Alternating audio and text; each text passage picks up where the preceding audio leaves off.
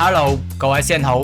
今期影片介紹間桌球廳，感覺從舊年開始，深圳陸續開咗好多間桌球廳，越嚟越多後生女入行做桌球助教。唔知各位師兄中唔中意呢種有助教一齊玩嘅桌球模式？具體有咩料到？試一下先知道。今日嚟到福田，準備去前面嗰間頂點桌球俱樂部。呢棟大廈叫乜撚啊？叫做世界貿易廣場，個朵都幾霸氣喎。附近地鐵站係華強路 C 口，行過嚟嘅話100米就到。哇屌，部聲車兜口兜面開過嚟，呢條路呢比較撚窄。如果係從皇崗口岸過嚟，可以搭7號線坐2個站，5分鐘左右就行到過嚟。咁頂點桌球分咗唔同台型，有唔同收費，開獨立包廂就相對貴啲。助教方面收費99蚊起1個鐘，深圳桌球廳差唔多都係呢個價格，主要係睇下助教質素掂唔掂。搭升降機上去4樓就係啦。上到嚟4樓有個助教相冊背景牆，睇嚟呢間店呢都有唔少桌球助教。停車5粒鐘以內收費15蚊，還可以，唔算貴。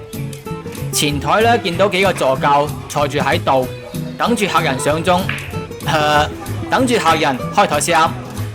前面擺咗幾張斯洛克大台，斯洛克我就唔多識玩，都係玩開黑白，相對簡單。可以見到中式黑白台數量有唔少，而且間店都幾旺，好多人喺度打緊波。剛剛喺前台見到幾個助教冇上鐘，幾得閒，所以嗌咗2個助教過嚟打返鋪友誼波，睇睇佢哋乜水平。我其實有啲好奇，着住高踭鞋打桌球係啲乜體驗？開波都幾有力度，不過白波入袋。然後睇一睇另一個助教水平，又係白波入袋。有個成語叫做臥龍鳳雛，感覺幾適合形容佢哋。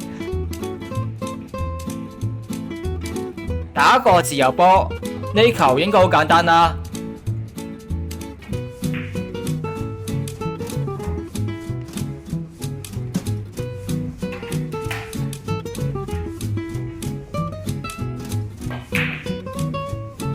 打唔到喎，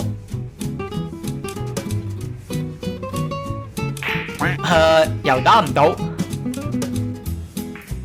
咁其實拍住佢哋打波，多多少少有鏡頭恐懼，心態會有啲緊張，冇平時打波咁自然，所以發揮失常都可以理解，唔使話要求太高。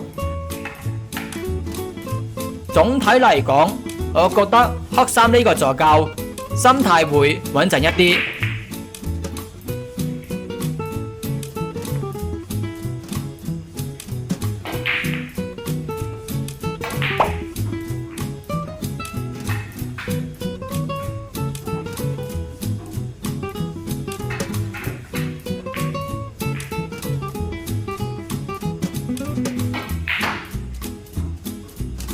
係，差啲又白波入袋。睇佢擦住 GQ， 呢波應該穩啦啩。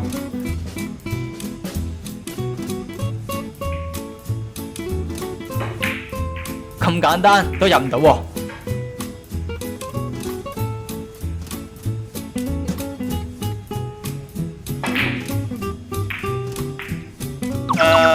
個黑白準備入啦。時落到此收場，風花月似起一場。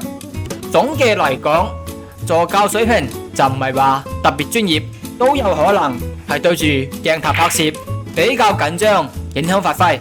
而且呢度助教有初級、中級、高級，唔同助教水平唔一樣。咁當然啦，揾呢啲桌球助教打波，更多係滿足情緒價值，唔係話要打到身水身汗，爭個輸贏。畢竟友誼第一，比賽第二。咁今期影片就介紹到呢度。下一期再見。